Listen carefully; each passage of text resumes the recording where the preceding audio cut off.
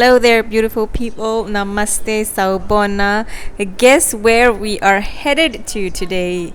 We are going to Durban, Hanji. I'm going to Durban. I think after 10 years, and the first time I went solo. Sorry, I went with my family, and this time I'm traveling solo.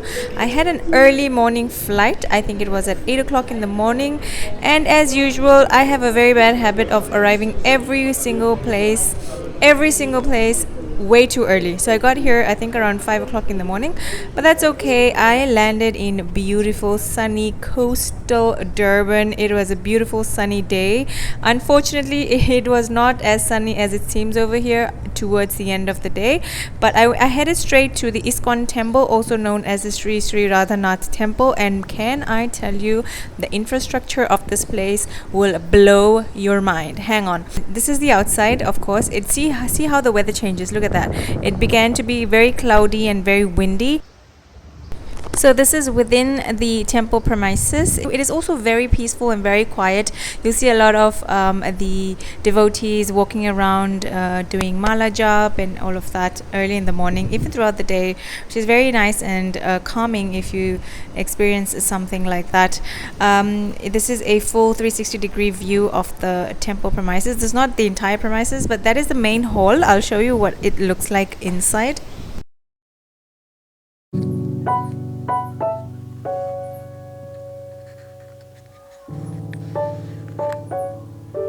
So this is what it looks like from the inside, guys. It is absolutely stunning.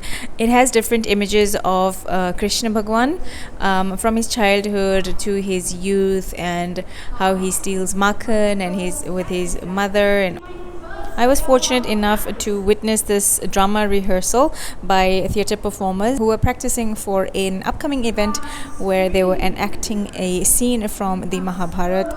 And wow, just look at that view, guys. So the temple does have an Aarti at 4 o'clock in the afternoon. They also do an early morning Aarti at 4:30 in the morning, followed by a morning jaap and meditation session, which you will see later on in this video.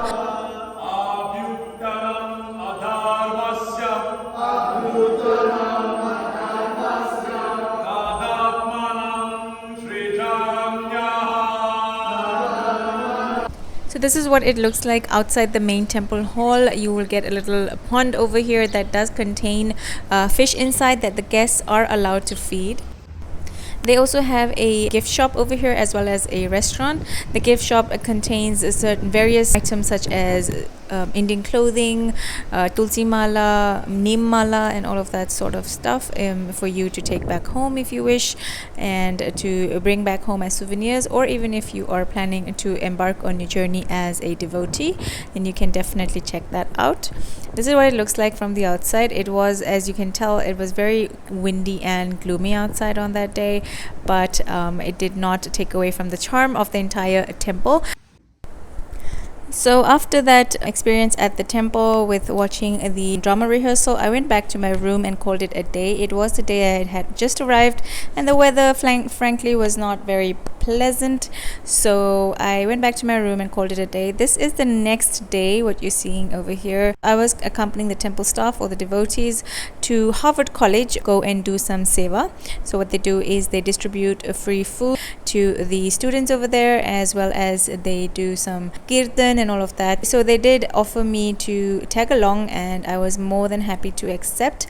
I got up, I freshened up. Obviously I did have my glass of water, which is the first thing I do every morning, is have a warm glass of water. Ideally I have a liter of water every day in the morning on an empty stomach, but since I was not at home over here, I had to make do with whatever I had. Afterwards I freshened up, I took a shower, and I got ready. I wore a suit that I got from my mom. Good morning, beautiful people from Durban. It is really gloomy outside. I don't know, everywhere I'm going it just gets very gloomy and very rainy, but I am ready.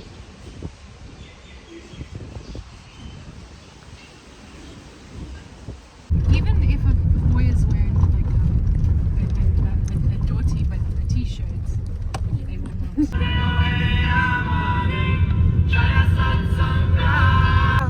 Krishna, Krishna. So the part I really like is that because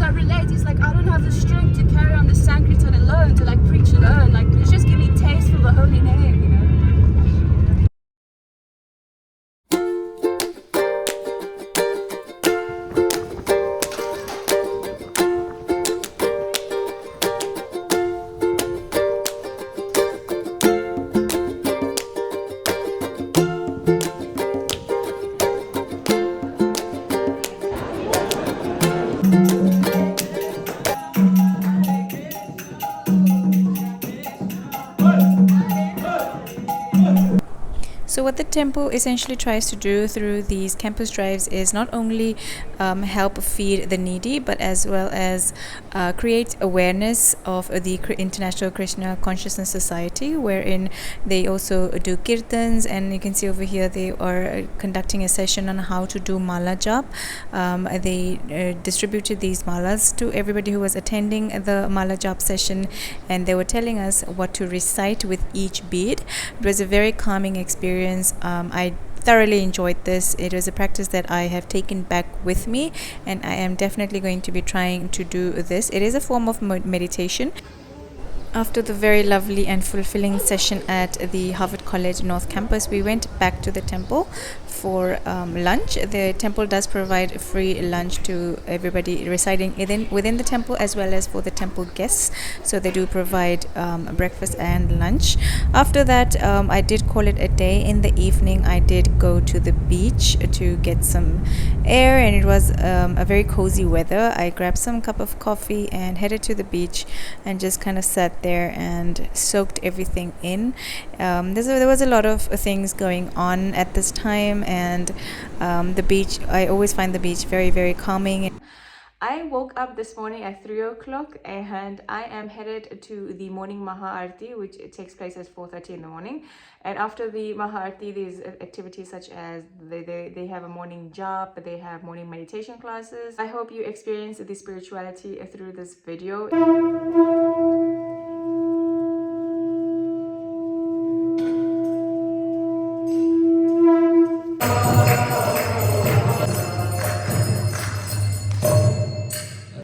The sun is coming out.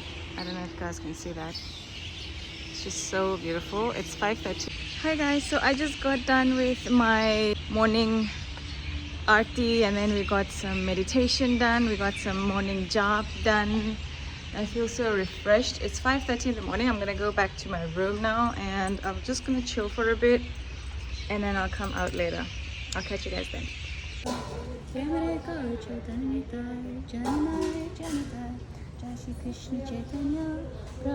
So I am back in my room. I can hear the birds chirping outside. I am kind of sleepy, but I'm trying to survive on my coffee.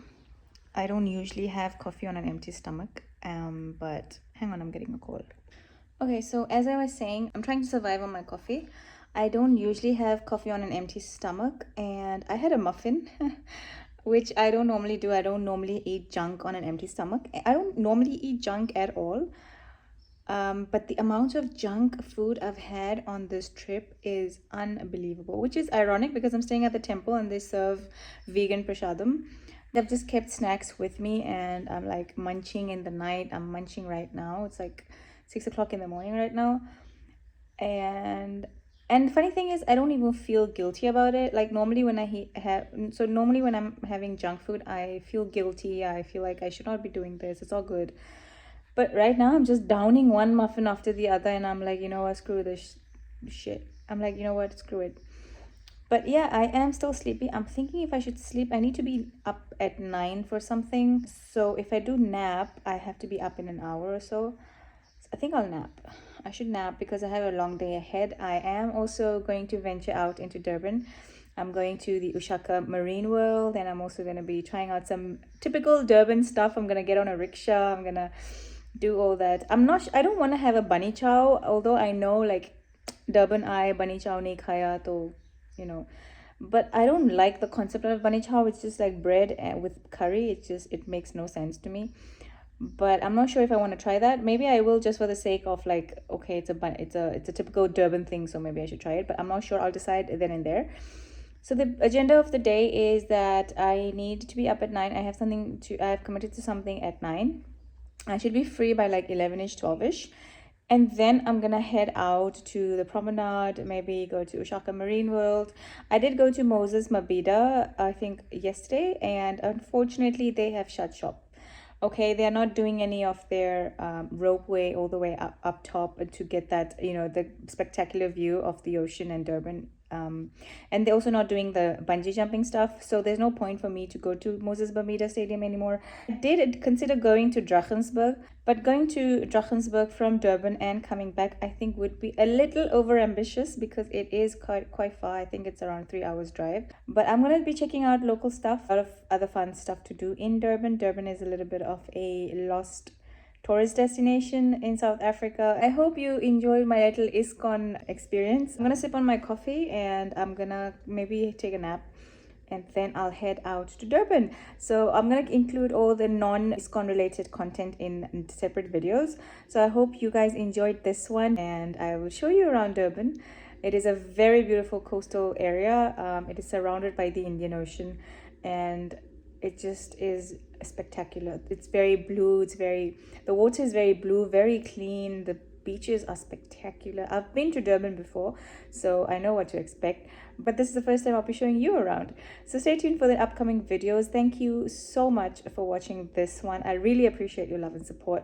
Do comment below if you take away anything from this video, and I hope to see you in the next one.